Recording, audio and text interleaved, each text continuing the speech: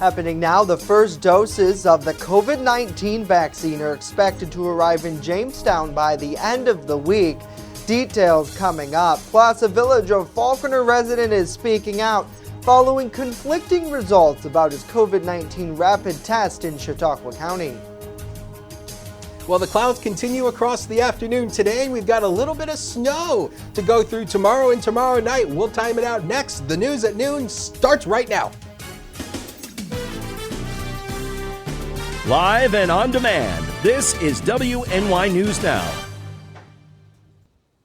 And thanks for joining us for WNY News Now. I'm Justin Gould.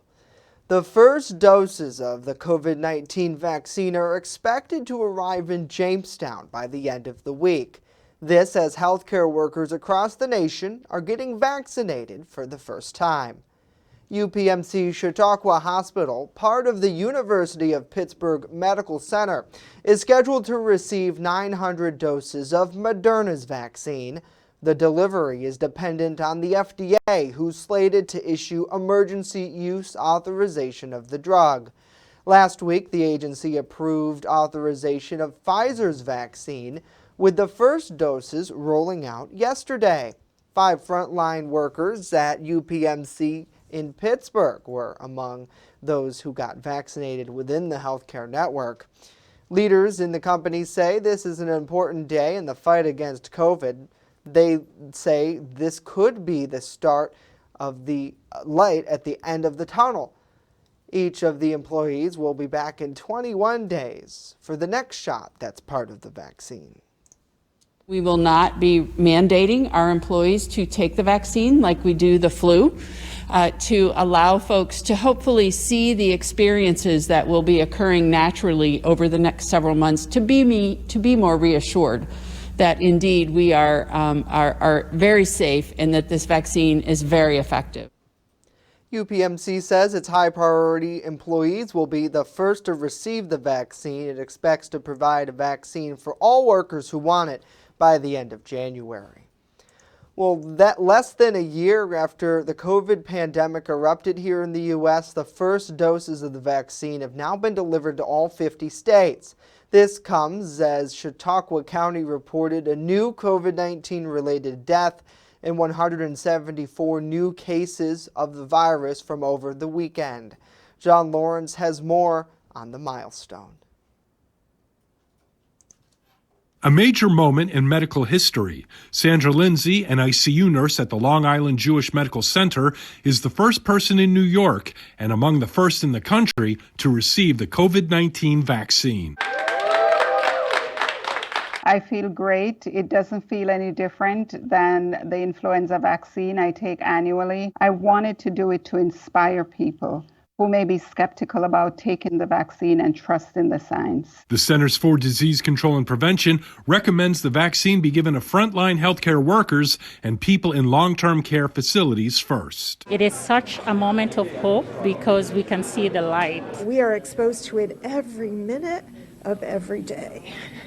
So I can't tell you how much this means to me. While the vaccine is a major step forward for the few who can get it, health officials stress the battle against the pandemic is far from over. We have to drill home the message that this vaccine, as wonderful as it is not going to change the trajectory of what we experienced this winter. They say Americans need to keep wearing masks and maintain physical distance.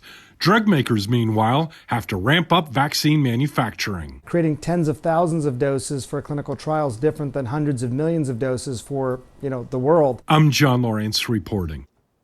John, thank you. Medical professionals say the vaccine will likely be available to the general public by late spring or early summer.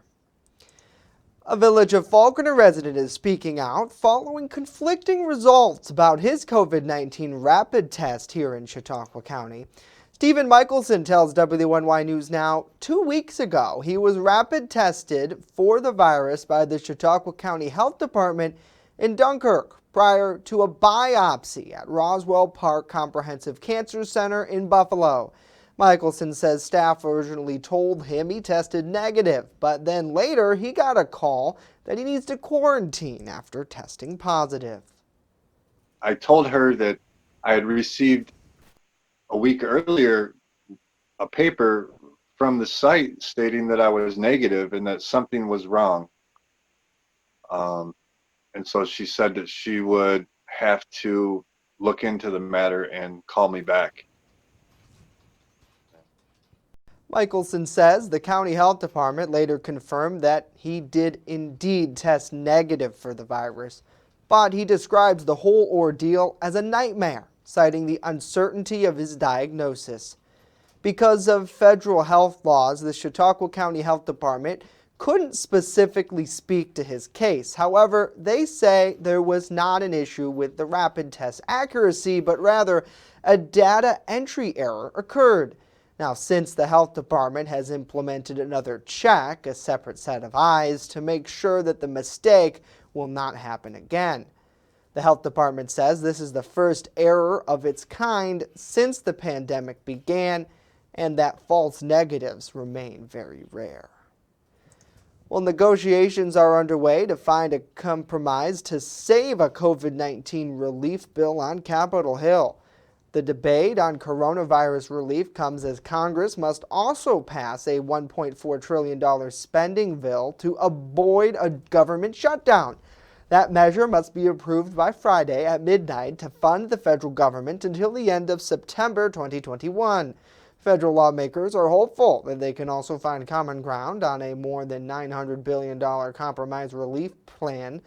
But to get the agreement with Republicans, Democrats might be forced to scrap a $160 billion in federal aid to cash-strapped cities and states. And Republicans may have to give up on liability protections for businesses faced with potential lawsuits from the pandemic.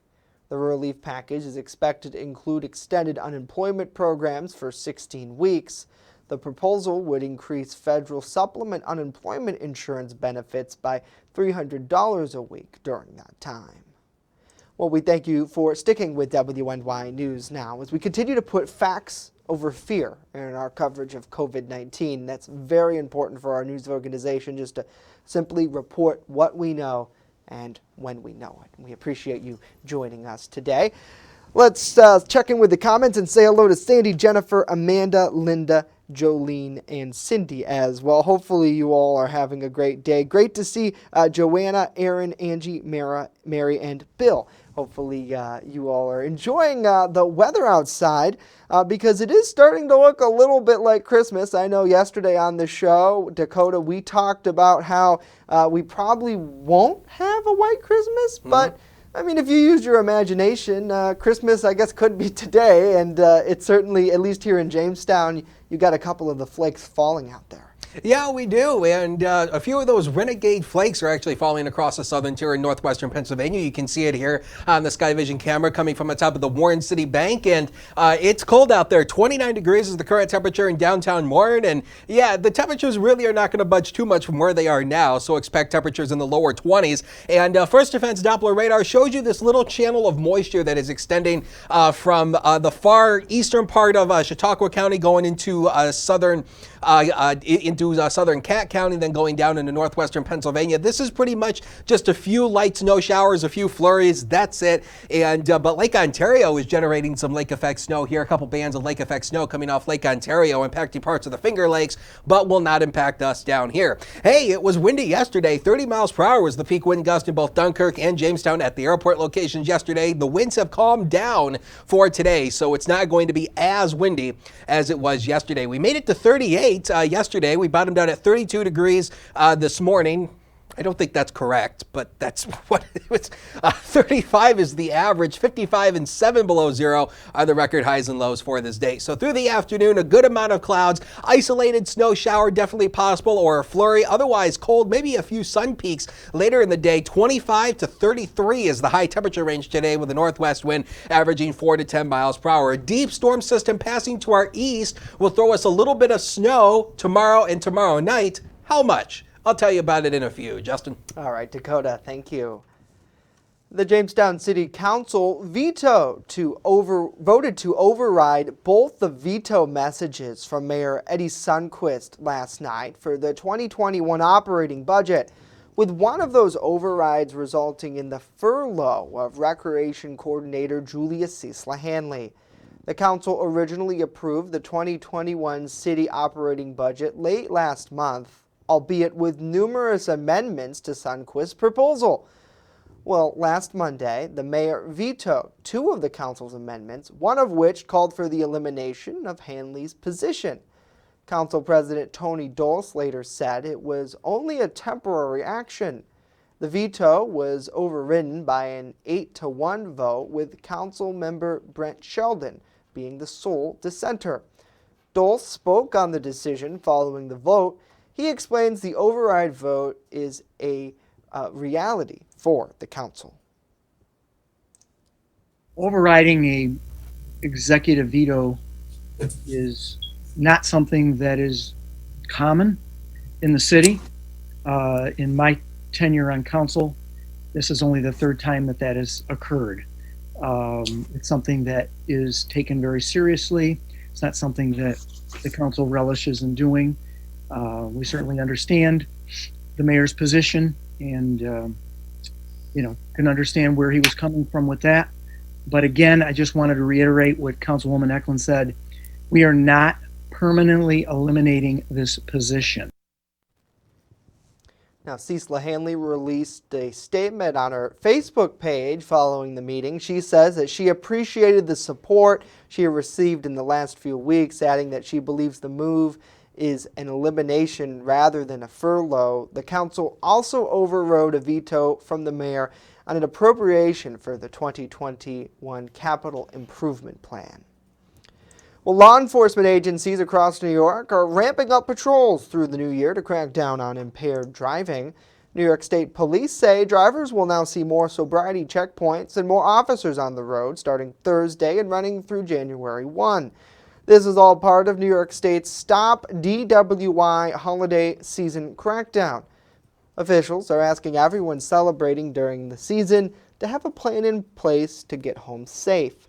The crackdown is one of the many statewide enforcement initiatives promoted by the Stop DWI New York and the Governor's Traffic Safety Committee. The statewide Stop DWI crackdown campaign also targets 4th of July, Labor Day, Halloween, Thanksgiving, Memorial Day, the Super Bowl weekend, and St. Patty's Day. Well, straight ahead here, Governor Andrew Cuomo now denying sexual harassment claims that were lodged against him over the weekend. But first, loved ones paying their final respects to a state trooper from Cattaraugus County. WNY News Now continues after this.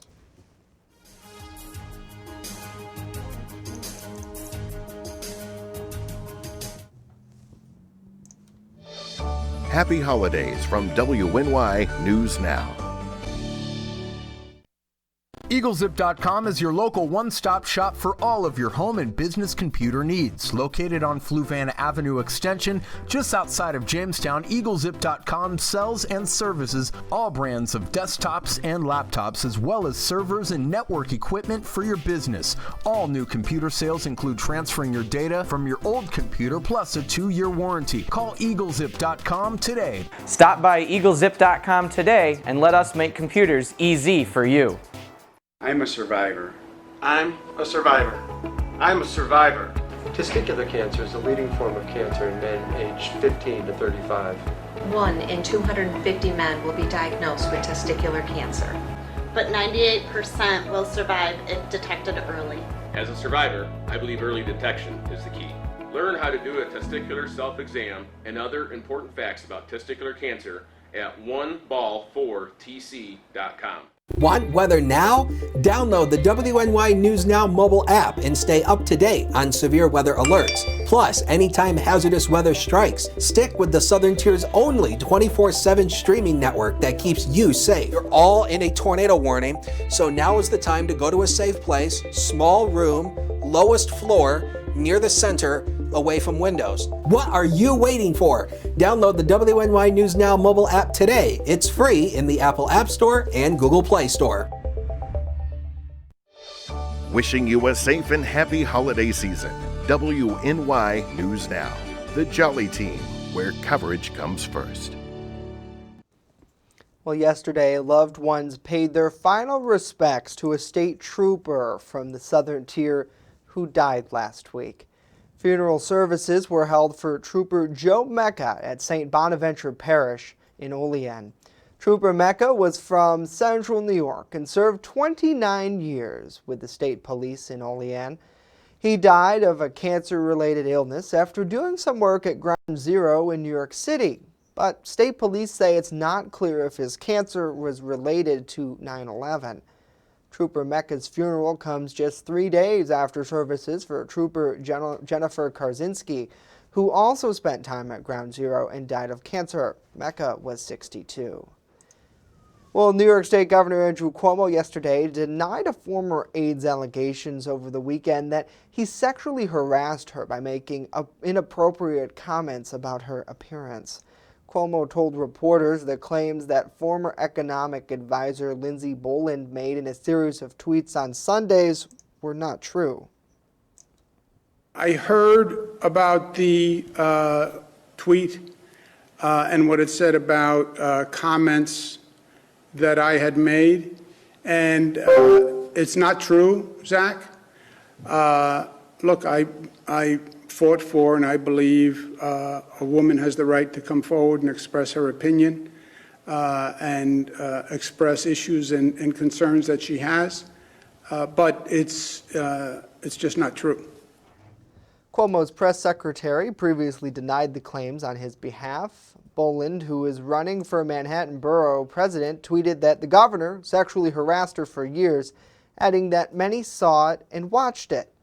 The 36-year-old worked for Cuomo's administration from March 2015 to October 2018, serving as first executive vice president of the Empire State Development and then as special advisor to Cuomo for economic development.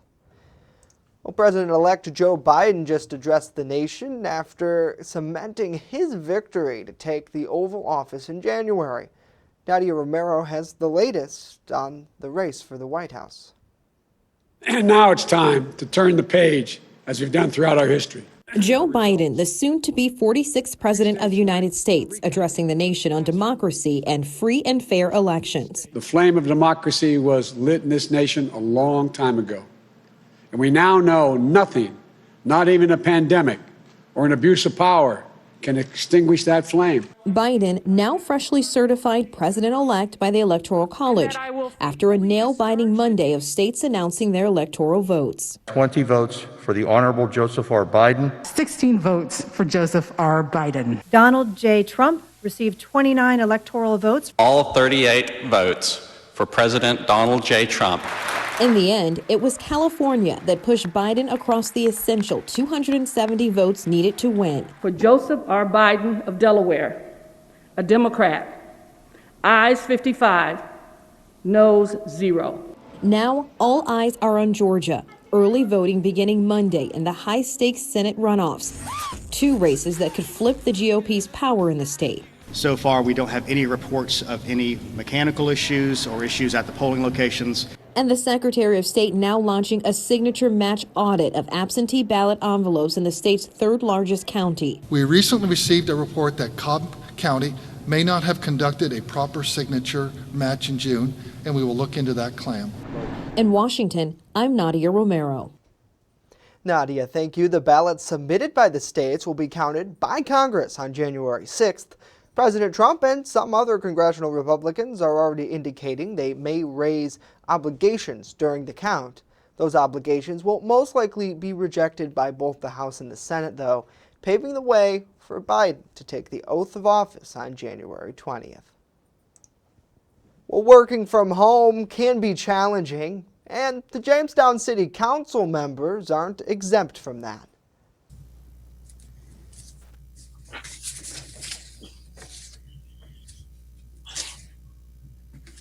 Was that the cat? Oh, yeah. I even fed him to keep him off of me, but that didn't work either. You got to keep him in the other room, maybe. I can't win. Last night, prior to the council's meeting, Councilwoman Marie Karuba's feline friend was enjoying some one-on-one time at the start of the Zoom session. Council President Tony Dulce, as you see there, and other council members, along with city department heads, had a pretty good laugh as the calf made its way off the screen. Well, Dakota cats, after all, just want to have their meows heard too. Oh, I so badly wanted to say something, but I had to bite my tongue. I so badly wanted to say something. Cat's got your tongue? Yeah, cat's got the tongue.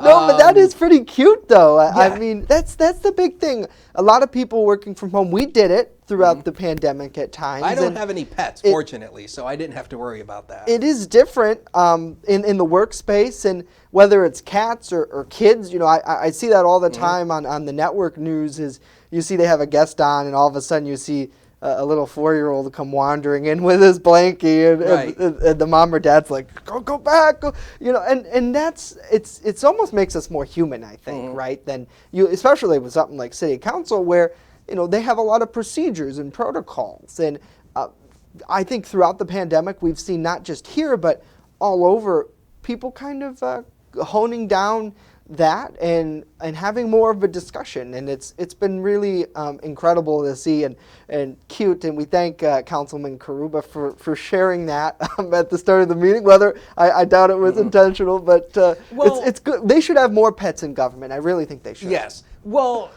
Well, you see, I think the thing is, it's like, you know, especially for all of us who, you know, wear the suit and ties. It's like, you know, especially for us, you know, the working stiffs, you know.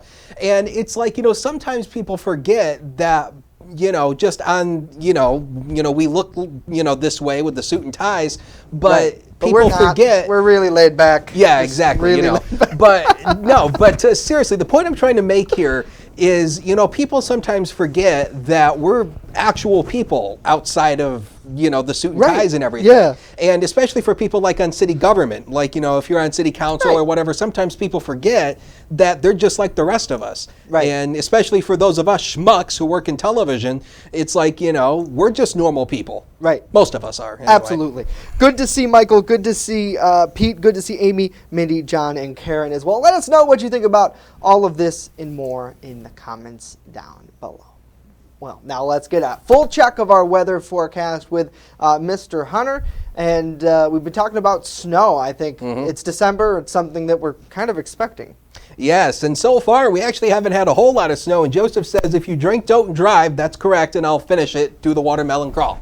Anyway, where is the snow? Some of you might be asking about this. Well, we've only had 6.5 inches of snow this season. The season officially starts October. That's when we get our first average snowfall. So look at where we should be at this time of the year, 18.6, and we are over a foot below normal snowfall for the season as we run. And at this time last year, we had 13.6 inches of snow on the ground. So we have this brief punch of cold coming our way here. 29 will be our high temperature for today. Look at tomorrow, only a measly 27, but then we start going back up again as we go into the later part of the weekend into the weekend. By Saturday, we're already up to 37 degrees. So it's a brief punch of cold, but we're not going to warm up significantly anytime here. We have a light snow flurry at the Jamestown Airport, 25 as a noon hour, northwest wind of 8, and look at what it does to the wind chill, down to 16. So yeah, dress for numbers likely in the upper teens today, because even with a light wind, with temperatures that cold, it doesn't take much to produce a wind chill index.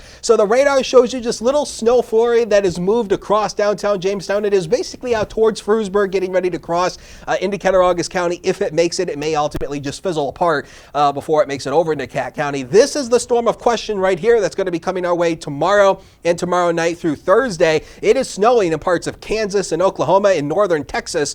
It is snowing out there. This is going to become a big-time storm for the mid-Atlantic states, and we'll show that to you on FutureScan. This is the in-house computer model. The good news is the most significant impacts is going to be further east of us. So that's the good news here. So nothing through the day today, just a lot of clouds around, maybe a light snow flurry. That'll pretty much do it. Now, as we get into tomorrow, we may actually see a few rain showers coming in, and then watch what happens as the colder air filters in. We actually start to see a change over to snow occurring. This is later in the day tomorrow. So snow is going to pick up through the afternoon hours tomorrow, and then it's likely going to become its most intense. I use that figuratively, likely Wednesday night Wednesday and then going into Thursday, and then it ultimately starts to move out. So snowfall, this is one computer model estimate. The models still don't have a lot of agreement on how much snowfall we're going to pick up, but this is one of the better ones, and I think this might be doing a better job at it here. So we're looking at about 2 inches to the north, up to about 4 inches once you drop into northwestern Pennsylvania. Obviously, once you